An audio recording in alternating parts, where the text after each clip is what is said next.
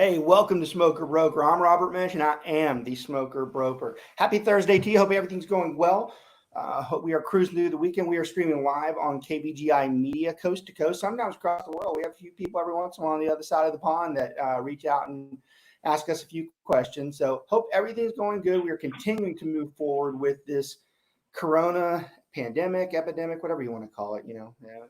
All the types of names that are associated with it. But it does seem to get better every week. We continue to do the show on a regular basis, talking about real estate because we want to keep the normalcy, but we have to address the Corona issue on a weekly basis because it does seem to be changing every week. And so we're going to continue to start the show with that, with just a small summary as to what we have seen. I have these similar conversations with my crew on a weekly basis as well. So it just makes sense to have it on the show as we continue to educate the general population and the agents that are out there as to what's going on. We do seem to be moving in the right direction. The entire country doesn't agree. I don't think anybody's ever going to agree that this is what we should do, this is what we shouldn't do. You watch some outlets, it's ridiculous. Some people will sit there and have one opinion, the other will have this. And the bottom line is not all of us are going to agree on what is going to happen. But it is a fact that we are moving forward in a lot of the country, starting tomorrow, where a lot of the states have eased the restrictions to where people can go out and enter into the retail environments. It's not going to be the same. It's not going to be like used to. And I don't think it ever will be the same, to be honest with you. But it is something that we can move forward with. We do move on. We continue to move on like we always do. We're resilient people. We adapt to just about everything that comes our way, and we're doing so with this. So you're going to start seeing an ease of the restrictions, which means you're not going to be able to go into mass quantities and our crowds and sit next to people and have people right next to each other, and that's not going to happen probably quite for some time. But it does look like you'll be able to at least go into a retail environment where you're separated. I will admit, Costco seems to be doing, and I have no affiliation with Costco, I'm just using an example of something that I've seen. Costco seems to have been doing a really very good job as to what the social distancing looks like. They have, when you go in, they have X amount of people that they let come in. They now, and this is interesting, as of yesterday, they now are requiring the mask to be on. And I got to tell you, I'll be opinionated on this one. There are people out there that do disagree with whether you should be forced to put a mask on. Look, to each their own. I will tell you this. The mask is so that you protect others. It's not to protect yourself. And to me, I get a little uneasy when I'm out there if someone doesn't have that mask on, and if they do cough, I'm like, hey, you can be a little more respectful that I'm out there and I don't want it. The mask isn't going to help me from not, catching it, but it damn well could help me from spreading it to somebody else. And I like the fact that Costco has now included that you do have to have the mask when you go in there. Costco also does something really interesting too. There are roamers in the store that if you're too close to somebody, they'll make you move. I was in there the other day, and I have to admit, a lady was annoying me. She annoyed me two ways. One, she didn't have a mask on, and two, she was right over my shoulder. And before I said anything, the Costco employee came in there and go, hey, ma'am, you need to at least be this far away. And it's funny. She was the one who was annoyed. You're the one who's annoyed. I'm the one who's annoyed by it. But Costco's doing a really good job as to what I think is going to be the norm for the next 6 months, where people who are responsible are saying this is the way it has to be. And you know what? I'm still able to go through, do my shopping, not be that affected by it, except with the annoyance of the mask itself. And it worked. And I think that's what we're looking at. Again, that's opinionated. Everybody has different opinions. People on this call might have, people on my crew might have different opinions. And that's what makes this country great, is that you can have opinions. But I do think that's what you're looking at as we move forward. So they're going to open up. We're going to get out there. For our industry in real estate, which is why we are here, we are probably least affected as far as the operation piece of it. We're already in small groups as it is. We can adapt to having masks, gloves if we want, disinfectant. This is not that hard for us. We just have to have the general public at ease that we're doing it. And I think everybody's getting closer to that one way or another, we have to move forward. And if that's the way it has to be, then that's the way it's going to be. So for us, I think it's going to be a little bit easier for us to get out there and move forward and start acknowledging what this new world looks like. So that's kind of a good piece for us. The other piece about, I think as far as a positive step, you have a lot of people out there who are worried about finances, a lot of people who are unemployed. This is going to start opening up that a little bit and maybe ease a little bit of those fears that we are going to move on. And this isn't going to be like a 7-month, hey, you can't do anything, which to some people they want to, and I do struggle with that. You want to take a big sentiment right now in the American public as to how some people feel about this. Now, I was watching one of the media outlets yesterday. I'm not going to say which one because you get too political one way or the other. But, the guy who's very prominent, he was out there and he's not outright saying it, but he's bashing the fact that we're starting back up. And that's fine. There's a lot of people out there, a lot of my friends, there's family that I have that are against everything opening up. And that's everybody's opinion. But what I don't like about him is how he goes out and he says, that's fine. Let's just go ahead and open up and let everybody get sick. I'm like, hey, easy there. That goes two ways.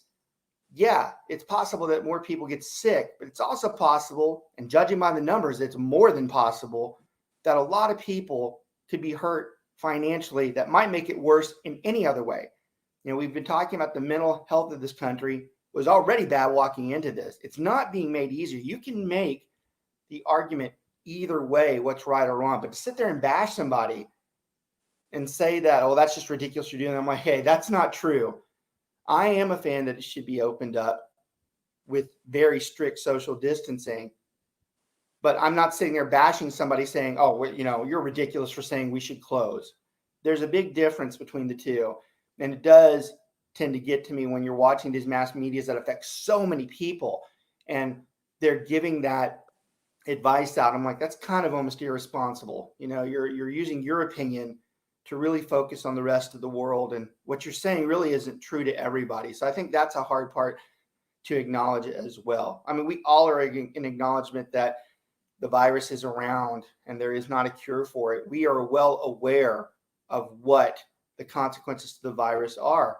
And I think it's up to the American people at this point, whether they decide whether they move forward or not with it. We've been made very clear as to what can happen to us or what can happen to others. It's just like the issue in Dallas with the salon owner who's been told she can't operate and she's defying that ordinance. That's a tough one. It's tough to say, does the government have the right to tell her you can't earn a living the way you want to, versus protecting what's perceived as a health issue for a mass health issue that could kill everybody, versus that might not be true and they don't know. That's a fine line to walk when you start talking about the freedoms of this country as to whether the government is strong enough to say you can't do that. And that's where we walk a fine line with this. But I think we're doing the best that we can. The most positive thing, and I'll end on this so we can get to our show, the most positive piece of this is the fact that they did yesterday come out with, they do believe one of the drugs is actually helping. And that is a huge piece of this. I think everybody is of the opinion that if there was some type of cure easing of this, we would be a whole lot better off as we take the next steps that we're doing. But that was some very positive news. And I think the timing's good, as a lot of the country is set to open tomorrow. That was really good news to hear. Okay. So enough with Corona. We have to address it. It affects our business, affects the shows that we do. Let's go ahead and talk about what we are doing today. As always, I bring my crew on. I cannot stand doing this by myself. They do a much better job of talking about these things than I do. Got two of my main guys that have been with me for quite some time, both personal friends of mine, really good real estate agents. Up here on the top side, you got Mike Dellis. He is a longtime personal friend, very good real estate agent. Anybody who knows him, they really ought to reach out to the guy. I hate to say this, anything good about him, but he's a kind guy. He's smart. He has a lot of common sense. He's very reliable, a very good. Why is David laughing? Yeah, right. And so Mike's up in the Denton area, but he handles just about anywhere in Dallas-Fort Worth. Mike, good to see you, buddy. Yeah, good to be on. You doing okay? I'm doing great. Yeah. So one of your daughters' birthday yesterday or the day before? 19. 19. That means you're 19 years old. You have a 19-year-old. That's ridiculous. I know. Awesome. Wow, you're old. Yeah, I'm telling you. I'm telling And I you. got my other guy over here, David Tung. He's a card in himself. I don't know why we put him on the show, but he's pretty smart too. And we like having him. He's a man of all parts. He's had a really interesting career, and he's a young guy at that. So he is Thank you. too. Yeah, he's a very good realtor as well. And hey, David, how's your golf game going? Has this disrupted you a little bit with I'm your? sure. Yeah, I we're was hurting gonna his go game play, but got to be on the radio, so I'm going at around 3 this afternoon. So, have you been the courses that you've been at? Have they been open for the last few weeks, or because some haven't? Yeah, it's being open. You just no golf carts allowed, and you're forced to walk the entire course. Which is not a bad thing for you, right? No, Good, right? no, I can't feel my legs, but that's besides the point. Well, so a lot of people don't know. I got to make sure which way I'm pointing. So Mike over here, Mike is I'm going to call him a professional golfer because he is. He would say he's not anymore because he doesn't. He's not as active at that. But Mike's a professional golfer, and he'll tell you, walking those courses, it'll whip your ass down a little bit. It's tiresome to walk them. So I did see that a lot of the courses this coming week are now doing the you can ride, but it has to be one per cart, and they're going to try to keep them as separate as possible. So, Right, or if you come from the same family members, then you can ride together. Right. So that's cool. And I'm glad to see. The golf part, you can have social distancing in the golf. So I'm glad to see that will be eased up and people can get out there. I think some people need to have some type of outlet. The way you guys play, you are well social distance. He's been trying to learn. I felt bad before this. He was playing every day to learn, and then this comes out. So I was thinking about him the other day, whether this screwed him up or not. Although it couldn't have been. It was already bad. So I mean, my old club is rebranded. It's a different club now. It's a different name. It's called Merido now. But Mike, talk a little louder. Talk a little louder there, buddy. That's all they are. They're just caddied. They're just caddied. That's all they are. So they're actually, doing a tournament with players like Justin Spieth, Tony Romo are going to play in it just to help the caddies out. All the money going to it's going to help the caddies. I love it. That's great. So many people affected by what's going on. So many ingenious ways of people trying to help. All right, we're going to have a conversation today. This is one of my fun topics because anybody who knows me knows I've got a pretty good language issue when it comes to profanity. So this show is going to be on about bad words used in real estate, but it's not those types of bad words. It's not the type of words that I typically use. It's the bad words in real estate. And there are some terrible ones. There are some terrible ones that we use, and you wouldn't even think that they are a problem. But I will tell you, this particular show is always good for new agents, but it's just as good for existing agents right now too, because a lot of the existing agents use some of these words, and I don't think anybody's ever pointed out to them like, hey, you better be careful. One of the unique things about running a large firm and having a lot of people and being a senior instructor at one of the largest real estate companies in the country, I've seen a lot of these words and how they're used and how they're affected. A lot of times we go through a lot of court cases. We have to be informed with what we do. And you'd be surprised how the courts look at some of the words that we use. So it's going to be fun. I like this one. This is one of my favorite shows that we do. I haven't done this one in a long time. I think it's been well over a year since we did this one. So that's why I wanted to catch up and do it today. So let's start and talk about some of them. One of my favorites is when somebody says something's new. Okay. It's amazing how many people view the word new as being different, as to what new means to you. So, Mike, if I asked you, what do you think new is in general, as new as compared to what real estate? How do you view it? There's no right answer. I'm just curious what you think new means. To me, new means new build or within the last year. Okay. You think within and we're talking about even accessories that we put onto the house too. So you think that's a year, right? Yeah, I generally a year, or you could say new as of the last 2 years. But to me, new is a new build. Okay. David? Pretty much, I agree with Mike. Yeah. What about things like a roof? When is a roof new to you? I would say probably within a month. Okay, so you have a month. So that's what I'm getting with this. So you think it's a month. Mike, what about you? Technically, I'm sticking with the same thing. If it's within a year, I'd say it's new. You know, if they haven't started depreciating the roof yet, it's new. So I like this conversation because it's really emphasizing 2 points to me. Okay, one is that, and these two guys are professionals, and they're right with what they're saying, but it depends on how you view the way they said it. In general, if someone said, "Hey, that roof's new," I would probably be like, "Yeah, it's probably been a year, so I'd probably consider that new." All right. However, as far as documenting whether it's new or not, you have to be real careful, especially in the state of Texas, when we say a roof is new. Because if we say a roof is new in September, that might not mean a damn thing to me if we just went through a hellacious spring where we had hailstorms. Because we have a lot of hailstorms in the state of Texas. And it could be only 2 or 3 months, and that roof is no longer new. So this is a phenomenon we see in a lot of our listings where, first of all, the seller acknowledges that the roof is new.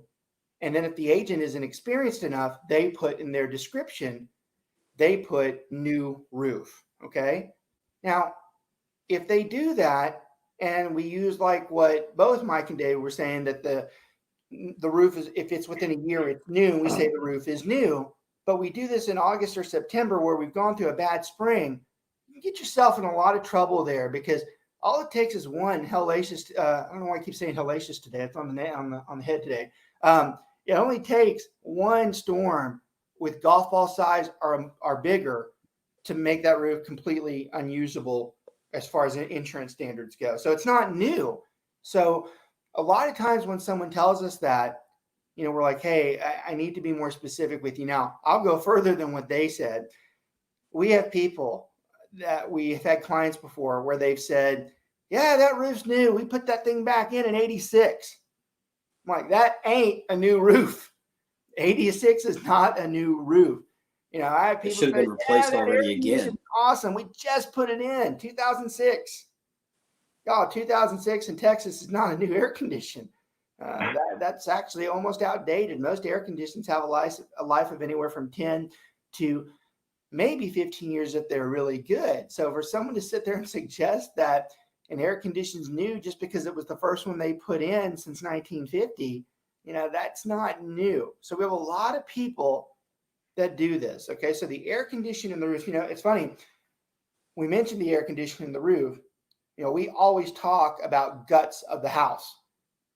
Two of the primary guts of the house do become the HVAC and the roof.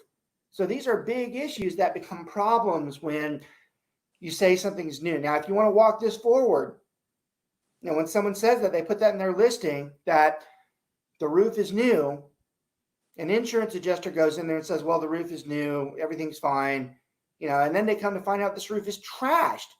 Then we've created a problem that we should have known about. Now, thankfully, there are double checks in the real estate paperwork world where the seller's disclosure requires the seller to put, "Hey, when was the roof last replaced?" Now, this is a good conversation piece too.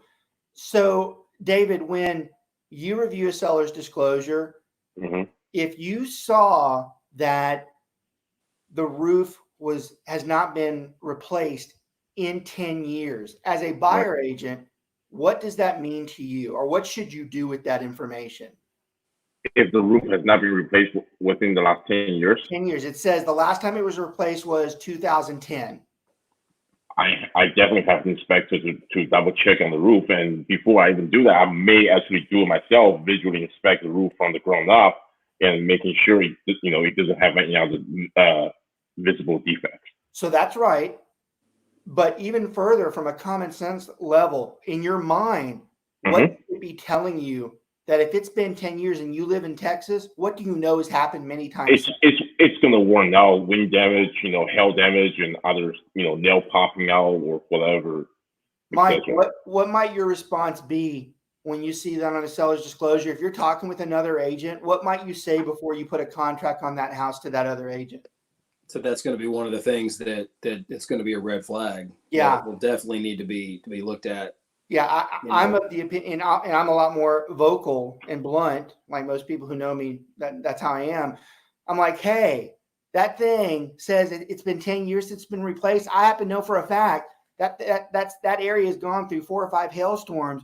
One was really bad in the last 10 years. You can't possibly tell me that you think that roof hasn't needed to be replaced yet. I want to go on record before we do this, that this will not be used as part of the negotiation. I'm telling you right now, if that roof needs to be replaced, that's going to be done. And we are not going to be saying, well, we did the roof for you. The roof should have been done 6 or 7 years ago. So I'm a lot more vocal to the other agents setting up the table. I know damn good and well, if it's been 10 years in certain areas, there's no question about it. That roof, I don't need to be an expert. I know that roof has to be replaced. So you have to be careful when you're talking with that. You want to set the expectation, because what you might find is a seller who has done something terrible.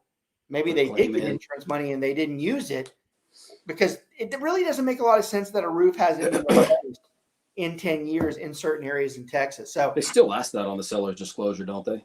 What's that? They still ask that on the seller's disclosure. They do. Don't they? They do. Yeah. But a lot of times you'll get a bland answer on that. A lot of times you'll get a bland. I don't think so. Yeah. Or a generic, well, it was the here or there. But the bottom line is the ones that actually put 10 years ago, that's it. That in itself means to me, I'm like, there's no way. Oh, and you were asking, it still asks, did they use insurance funds, right? Mm-hmm. Yeah. Now that's what I'm talking about. Some of those people outright lie, which, by the way, that's a great way to get sued, is lie on the seller's disclosure that you took insurance money and you didn't use it for what you were supposed to do. You can get a lot of trouble for that. Okay. But then you have the person who honestly just forgot. They're just like, I really didn't remember that we did that, which is ridiculous. But, seeing how the average person doesn't know what their mortgage payment is, that doesn't surprise me either. So those are concerns that I have when I'm talking with people. So new can be a very, we're trying to do a better job on the show of pointing out takeaways from the show. Using new in your listing description, or anything for that matter, you can use it, but you damn well better put what you define as new. Basically saying, if you're going to say new, you say new as of the date that it was actually installed. AC is new as of 2008. Then whoever's reading that can say, well, that person's a moron. That's not new. But at least you told them what your definition of new was. You can't just say new generically is the takeaway from here. Okay. So that's one. If you're writing a description about that, I mean, technically speaking, if it's a house built in 2010, 2008, some things would need to be replaced by then. Absolutely. And it could be as early as 2019, right, where it was a roof or the HVAC or the condenser or whatever. Right. And, you can just list, those 3 things were replaced. You didn't really say they're new. You said they were replaced in 2019. And that's okay, because you stayed away from new and you acknowledge that they've been replaced. That begs the buyer agent to ask the question, when were they replaced? And that's a different story. So yeah, that's good. You said new as of 2019. That's only 4 months ago, technically. It's subjective more than anything, which is the biggest problem there. Love this conversation. Now, this is a good one for the veteran agents. The show's geared towards a lot of new and upcoming agents. This is a good one for the veteran agents, because there's a lot of veteran agents out there that still do this. Now, again, that doesn't mean just because I've done this for a long time that I'm any smarter or any better than any veteran agent. Believe me, I have my shortfalls and I listen and learn things every day. But I'm going to tell you, this one, I know for a fact, because I've seen it legally get pushed up to where it was an issue. So if you're on the other side of the show going, oh, that's not true, I'm like, well, have you ever had someone potentially take you legally on it? And if you haven't, then you can't be a part of this conversation, because I've seen this happen. You'd be surprised by it. And it's when we talk about how you describe a school in a listing description. So the number one relocation question that someone who's relocating will ask is, what are the schools like? It's the number one. In fact, there's not even a close second. What are the schools like? What's the ranking? What's the rating? All that stuff. It's the number one question that we get. Okay.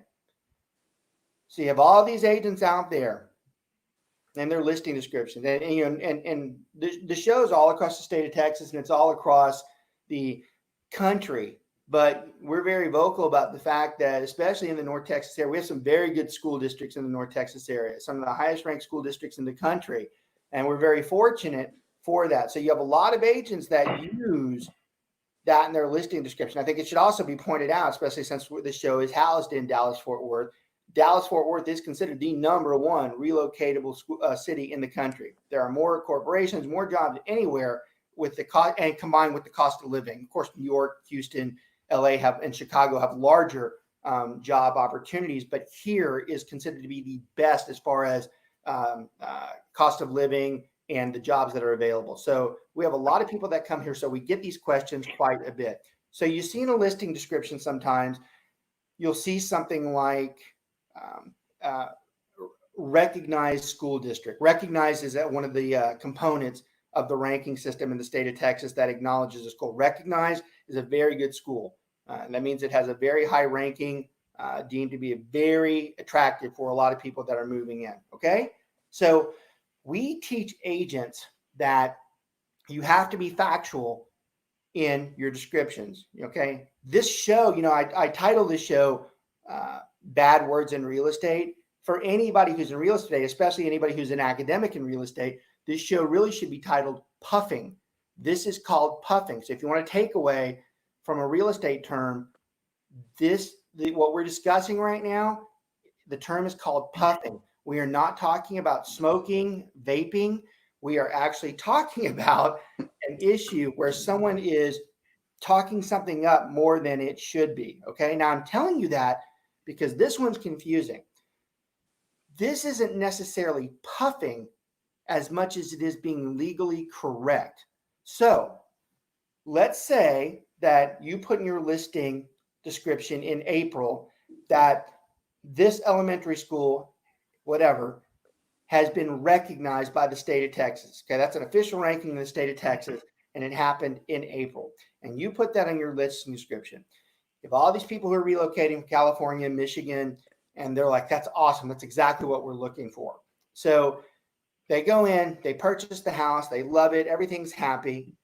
And then in July, the new rankings come out. And the new rankings say the school is now average. Now, it has been held in court cases where the agent has been held responsible. And I will preface this response with, it is infuriating because this is how the legal system works. But agents have been held responsible when they notated that a school was exemplary and then it became, or exemplary or whatever, recognized, and then it became pushed down to average. They've been held accountable for that. Now the agent responds very quickly to, oh, hold on. I stated a fact. It's a fact when I stated that the school was recognized. The judge many times, and so infuriating because this is exactly how a lot of judges work. The judge has many times pointed out, did you say that rating is subject to change? Now that is infuriating. That is infuriating that the common sense should dictate that obviously it is subject to change. But the fact that we didn't put it in there like that, let me tell you guys, I've got my hand slapped for that before. So you can sit there and say, oh, that's not. I'm like, yeah, if it's never happened to you. If it's happened to you, you know better. And that's what the whole point of the show is, to take the 20 years of experience I have and give it back to you and say, look, if you're new, this can happen to you. And if you've done this before and it hadn't happened to you, hey, take my word for it so you don't get in trouble, that you can be hit for that. Yes, it's stupid. Yes, it's ridiculous that the average person should know that that was a fact. The agent didn't do anything wrong, but the courts don't see it that way. So you got to be careful there. That's a big one that a lot of agents mess up on one. All right. Well, and before we leave that too, Dallas-Fort Worth houses some of the, we were talking about some of the most premier school districts. A couple of them, you get into the South Lake School District. This is something else you have to be really careful about. So South Lake is deemed to be one of the most attractive zip codes in the entire country. And there's a reason for this, especially for those of us who watch nationwide. South Lake has a history of producing major blue chip athletes that eventually get into college and professional and the professional. And there are people that go through utmost lengths to put their child in the Southlake School District specifically for athletics.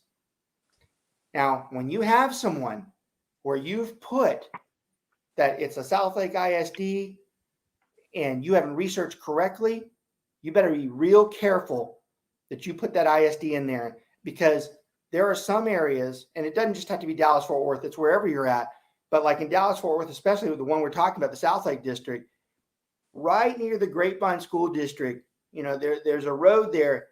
The school district shifts back and forth all the time due to the population. So sometimes those people on that road are Southlake, and other years they become Grapevine. Okay. Now, we have people, just to really emphasize this, we have people who come in and say, I don't care if I have to live in the crappiest house in Southlake, we need to be in Southlake. We have people that give that as criteria for living in that school district because of their child and their athletic, what they want them to become. If you put someone like that in that school district and you're off by a mile or two and they change it, believe me, they are going to come after you asking you, how did that happen? Why didn't you warn me that this could possibly happen? So you have to be very careful. Now, y'all, when it comes to school district, and I'm in the minority here because I'm very careful and very conservative when it comes to things like this, but when somebody asks me which school their kids go to, I am very vocal about, hey, you need to go talk to the transportation department in the school district, because that's where you need to go if you really want to know where your child will go to school. You need to check it yourself. That's not my kid. My kid's not the one that's going to live there. It's your kid. And if you're that concerned about it, you need to call and check to make sure. I can tell you off the record, I'm pretty sure they go there, but I am not the one who is going to put your child's athletic career, whatever it has to be, on the line because you referred on me when you could have gone checked yourself. You need to check. It's your child. You need to go check that. So that's something else that we watch very carefully when we're talking about bad words, how specific we get in the listing description. That's a good takeaway too. Let's shift gears. Let's talk about the use of the word family. All right, Mike. Mike, when we talk about family, what do we have to be very careful about when we use the word family in real estate? Family-oriented neighborhood. Family-oriented. We have to be careful that we abide by fair housing laws. Okay? David, on fair housing laws, what does it say that we cannot discriminate nor steer to? What is one of the choices? Why? Why do I have to put him on the spot if he doesn't answer that? Now all of you see why this show is good when you have a senior agent here and he has to be told. Now look, in defense of David, he knows the answer. He just doesn't like being on the air and have to answer stuff like that. The answer we're looking for is you have to abide by family status. You cannot, religious family status. And I know you know that. I know personally that you know that. It makes me laugh when you put someone on the spot. He just threw a blame. It's not, these guys make it look easy because they're fun to be around. It's not easy to be on the show because you're asked questions sometimes and you're like, I know the answer, but I just don't. I do lots of podcasts for lots of people across the country, especially in the Keller Williams environment. And there are times that I get asked questions. I'm like, I know the answer, but I don't know how to respond to this thing. So I can relate to that as well. So family status, you cannot be biased towards family status, which means you cannot refuse housing because of someone's family status. I cannot tell you. So we're talking, this isn't a fair housing show, but it is a show about bad words that are used. And one of the worst words that are used, especially in the state of Texas and anywhere else for that matter, is where someone says, this is a great family neighborhood. You see it all the time. I can go on to the MLS listing services right now, and I can pull at least probably 1 out of every 10 that I look that says this is a great family neighborhood. Now, this is the brilliance of real estate, because the average person would say, not only is there nothing wrong with that, that is a statement from an owner that they would say, I want you to put that in there. I've had owners tell me, I want that to be in the listing, because these are the neighborhoods that have that weird old walk sign, that weird fluorescent green thing that said, watch our kids, whatever. That type of neighborhood where someone says, this is a great family neighborhood, and I want that to be in there. It is against federal law for us to say that this is a family neighborhood. We cannot say that in our listings. Some of the people, the new agents are like, whoa, I had no idea. Some of the veteran agents are like, I didn't know that. You cannot use that word. You cannot say it's a family neighborhood. It's against federal law. The fair housing laws protect family status, and you cannot suggest, because family status, if you say that, suggests that someone who might be single shouldn't live there, or they can't live there, or they might be persecuted against because they're in there. You cannot say that type of word. That is a very bad word to use when you're talking real estate, is to suggest family. On another subject that doesn't necessarily refer to bad words, this is one of the number one issues we deal with when we deal with property owners who are leasing, because the property owner is the one who eventually decides whether that person is going to live there or not. It is amazing how many people in the general public, when they are leasing their home, say, hey, I want to make sure you say no kids. It is against federal law to say that you cannot allow kids to live in your rental, with a few bona fide exceptions, such as a senior living community or something like that. You cannot say that. I love it when the owner tells me, what's my house? I can do whatever I want. No, you can't. You can't shoot somebody either. You can't kill somebody in there. There are laws that are in place, and this happens to be one of them. So you have to be real careful with use of law of family. That's a very good takeaway from this show, is acknowledging that you cannot use the word family in your listing description or any type of public advertising. Another one of my favorites is when the agents, so many of us are guilty. I am too. I'm not hypocritical. I've done this before. I'm pretty sure David's done it before, and Mike maybe as well. I'm sure. Yeah, never. I love it when an agent in Dallas, Fort Worth says the backyard is an oasis and a mirage. All right, look, here's the problem with a mirage. To have a mirage, you typically have to have a desert. All right. And we're about 350 miles from any type of desert here in the Dallas Fort Worth area. To suggest that your backyard is a mirage, an oasis, that is a quintessential definition of puffing. Someone is absolutely making the house look better than it really is. And the funny part about this particular show, it is in the nature of a real estate agent to be a good salesperson. They are supposed to make the house look better, but they have to do that with the confinements that they're stating reality.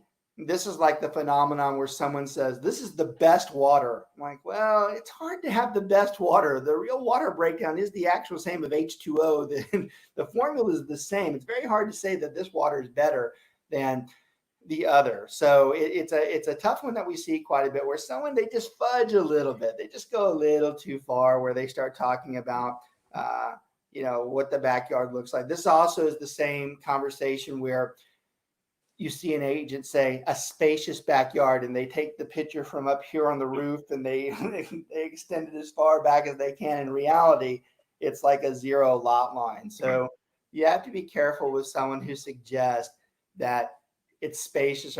These are very good definitions of puffing, where somebody is making it look a lot better. You don't want to be on the other end of puffing's not be on the other end of puffing. That's funny. You don't want to be, David's like, well, you don't want to be on the end where someone suggests to you that, hey, that is not what you wrote in there. We brought these people out here and now they're pissed off because they wanted a big backyard and they can't even put a trampoline back here or even a barbecue grill, it looks like, by the way you describe this. You don't want to be that agent, okay? Same conversation where I always teach my agents to be very careful about using absolute words, okay, in your description. Saying something like, this is the best floor plan. I can't stand when an agent does that. When one of mine does that, y'all, I never yell at my agents, but I have a very satirical way of approaching them. When one of my agents does that, I'll call them and I'll be like, hey, because I review all my listing descriptions. I go through them because I want to make sure they've done them right. So I go through and I'll call them and I say, hey, look, I noticed that you put in the Oakmont section that this is the best floor plan. I'm like, did you go poll all those people in there and ask them if that was the best floor plan? Because I happen to know that there were 6 builders when that community started, and they each had 10 to 15 floor plans. And I have a hard time believing that yours is the best. You could have worded that 100 other different ways. It is one of the best. It is, in my opinion, one of the best. It is in a range of the best. You could have said 100 things besides it is the best. That is a bad word in real estate. It is a bad word for you to use an absolute to where you have no back out. You have no other way to go. You have nothing else you can say. You cannot move away from it. You've backed yourself into a corner. That can get you into a lot of trouble. This one happens to be very controversial because HUD at one point said you can't use it because HUD's the one that administers the Fair Housing Act. And then they said it's okay. And I tell you, when a government agency has gone back and forth on an issue, that doesn't make me any more comfortable. That doesn't make me any more comfortable because that means to me that they're unsure. And what I'm talking about is when you use the term, it's within walking distance. Mike, since David did so poorly on the last one. So it's my turn? My turn to do bad. If someone suggests that it's within walking distance, who could that possibly be a problem for? The disabled. Yeah. I was worried that he wasn't going to get this answer either. And then I was going to be like, I give up. Yeah.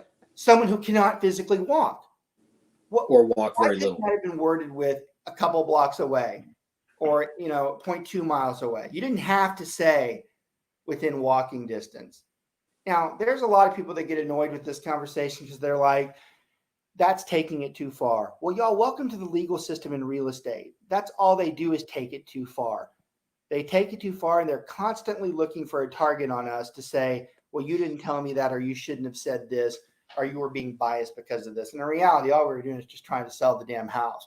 But we're trying to educate people on this show, and that's a word that really shouldn't be used. You really shouldn't put in there within walking distance. For the mere fact you could have used 100 other different explanations to say what you wanted to say. So there's no reason for you to risk someone coming at you saying, well, you didn't, I can't walk. Why do you have to be discriminatory towards me?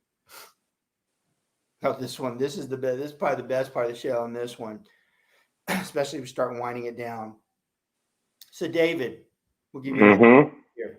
Is it okay to suggest that an area is bad? Can you say this is a bad area? Is that a good Absolutely thing? not. No, it's not. No.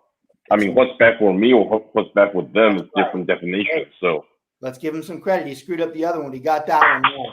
That is word for word exactly how they are taught. What's bad for you doesn't mean it's bad for somebody else. That is a very subjective term. We talked about earlier in the show that relocation, the number one question is, what are the schools like? Well, if you want to do with the distant number 2 is, hey, how bad is that area? Are there any crime issues there? I'm going to tell you right now, the response, and this is especially for the new agents, the veteran agents know this, but the new agents, when you're asked that question, don't you ever answer how you feel about it. Don't you ever answer, oh, it's a very good, that is not how you answer that question. You want to take away from this show, and it's a good one. When that question is asked, you give the very technical response. You need to contact the local police department. They have all the reports on what the recent crimes have been in that neighborhood and historically what's happened. You should review them to make sure that you are comfortable with that area. That is not a question we answer. It is very embarrassing how many agents out there refer to an area as bad. I am not hypocritical. I have been on calls with my own crew where I have the whole crew on, and someone in my crew says, well, I don't want to show over there. It's a bad area. So I stop for a minute. I stare at them, even though I'm staring at like 100 other different people on the screen. And then I'm like, hey, nice comment. A, B, C, and D live in that neighborhood, and they're actually on the call. Maybe we should talk to them about how bad that area, and then they all jump in too. Yeah, what do you mean by bad? What is that supposed to mean? You cannot say that type of comment. Now, if you're asking, well, no, it's true. It is a bad area. I'm like, all right, what did you mean by that? Do you have the crime stats to tell me? that it's a bad area. A lot of times when you tell someone it's a bad area, someone can think you're being discriminatory, because if you have one major ethnic group in there, they might have an issue with the way you said that. They might say, you didn't say that because it's a bad area. You just said that because you don't like this type of person. You got to be and the sad thing, even though some of you on the show will be like, that's ridiculous, it's not. There are a lot of people who make that statement specifically because that's how they feel about that area. That is not a good statement to make. Now, I'm not suggesting if you know that an area has a reputation for being rough, I'm not suggesting that you just, go, oh, it's fine. You should always be protective of yourself, but you do it by fact. You do it by facts, and you don't describe to everybody your opinion of the area by telling them it's bad. I've even seen on a listing, and thankfully this is not one of my crew, but I've seen it where someone says great crime area. I'm like, what is a great crime area? Does that mean there's a lot of great crime, or does that mean that there's no crime, or does that mean the type of crime is okay for you? Yeah, I've had people who suggest an area is dangerous because some punk kid got mad at his girlfriend and threw a brick through the window, and it got posted in the news. I've had people say, oh, that's a really rough area.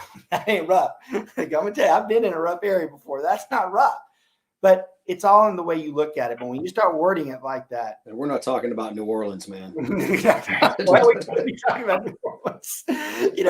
There are, look, in my previous life, there's not any part of this country that I haven't been in. I was a regional auditor for many years with the folks that ran Foot Locker and Foot Action. And I'm telling you, there are areas that you go into, it's not like what you would think. And it's funny what some people deem to be a bad area. And I will tell you this from that same comment, some of the worst areas in this country, and believe me, I've been in them, I've probably felt safer there than some of the safest areas in the country. Because I'm going to tell you something about a bad area.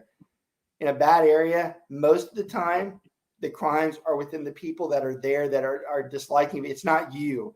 They usually are too smart to do something to you because they know that you have nothing to do with that neighborhood and you probably don't belong in that neighborhood. To sit there and suggest some of the tougher areas I ever had, it was the nicer areas that had crime issues and not the area that's deemed to be tough. So it's very biased to sit there and say an area is tough or give an example of it. I'm not going there because of this, especially to word it. You cannot word it like that. There are a lot of people that are offended when you refer to an area as bad and you don't even know the facts of the area itself. So that is something you should never address. And God forbid, documenting it. That's even more stupid than even saying it. So don't ever say that's a great takeaway. Don't ever say that that's a bad area. It's crime ridden. The only way you back that up is if you say, well, these are the facts. You decide whether you think that that's a bad area or not. That's the way that you describe those types of areas. So just a couple more minutes here. And for once, I actually went through the actual agenda that I wanted to address. I'm actually almost through with the ones that I wanted to go. I rarely do that. But, this one's a different type of show because it's not so much theoretical as it is, hey, these things here are bad to say. The other one I see a lot of agents make, and this is a newer age concept where someone refers to, like they act like they understand the green requirements for a house. The environmental standards that have been put. So a lot of people have interest in that. And a lot of people ask about that. Let me tell you about a really big mistake you can make is when you have someone who's very environmentally strong and very educated on what is green, and then you try to act like you know what green is. If you want to get torn apart super quick, just start pretending you know what green means. Because if you don't know the requirements and the laws that go with it, they will shred you apart. They know exactly what some of those things mean. They know exactly what it means when they say the insulation has to be this high. They know exactly what it means when they have an E-type window. What rate does it have to be? They know exactly what it means when they say the air-conditioned Sears rating is this versus that. When you start pretending to know those types of things, you want to talk about bad words? When you say this is a good greenhouse, you better damn well know what green means when that person goes in there. They will tear you apart.